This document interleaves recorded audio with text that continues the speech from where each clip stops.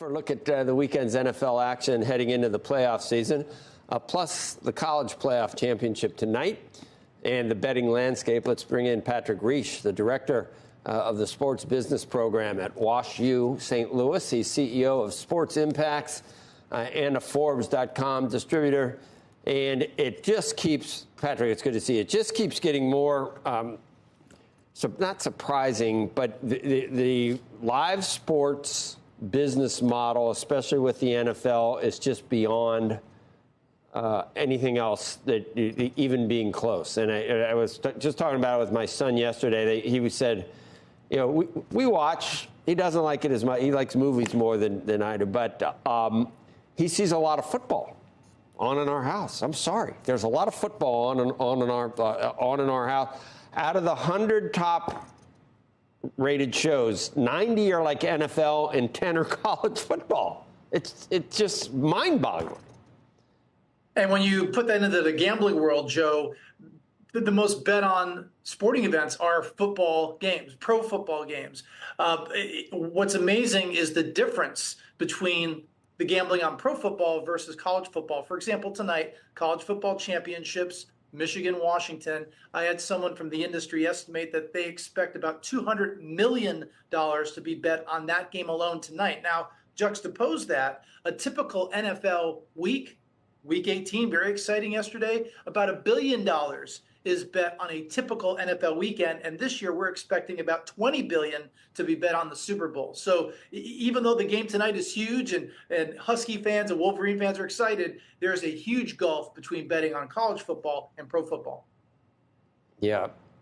Just in terms of societal impact and everything else, too. I mean, we were going to actually talk about the betting, but as more states keep adopting betting, and not enough are, you know, Well, I went to, you know, I've been down, I made like 10 or 12 bets before. I went ahead to make them so I'd have an interest in watching the games when I'm not in a state which is living in the Stone Age, or, you know, I'm surprised maybe they're still burning witches or something down where I go on vacation. But it's so anachronistic not to be able to bet $5 on a game if I want to. You know what I mean? I don't know what the problem is with these politicians. Patrick, well, Joe, it's interesting. We've seen a jump in the number of states where gambling is legalized. It's now up to 38. But you touched on something there. You've got some major players in California and in Texas where it is still not legal to wager on sporting events. And again, both of these states, it's not expected that they're going to pass gambling in those states until maybe the earliest 2025. A lot of different political players in those states. What is it? The criminal element or something? Wait a minute. The criminal element is if you don't have legal, then you have the criminal element, or is it like puritanical? Is it a holdover from that? Or did they not? They never read the history books about prohibition and what that did to people's drinking habits? What is it, Patrick? What's the problem? Well, one of the issues in the state of California in particular is, you know, the Native American tribal groups, tribal casinos. These are massive and they are huge political forces. And when you try to introduce legalized gambling in the state, they're going to stand up and say, wait a minute now, you're going to cut into our business. So I know that is one of the key dividing forces, which I think in time, like anything, if you negotiate, you'll be able to find some kind of resolution. I don't think that the state of California did a very good job of working with that group 2 years ago when they tried to pass bills. So I do anticipate that both of those states will see legalized gambling eventually. It's going to take a while. I guess I can't ask you to solve the, you know, no one plays the last few games because they got us. And that happens in the NFL. And it happens also in all the bowl games. It's not even the same teams that they were fielding during the normal games, and you can't bet on them. You have no idea, right? Yeah, I mean, it's tremendously complicated. And I think, you know, because next year we're moving to this 12-game bowl system, at least you'll see more bowl games that matter. And so hopefully, therefore, you'll see fewer of these college athletes skip those games. But again, you can't blame them because you get. We've seen it before, Joe. Kid gets injured, blows out a knee, and there goes their pro career. So you understand it, but it is frustrating. It will be less of a problem next year.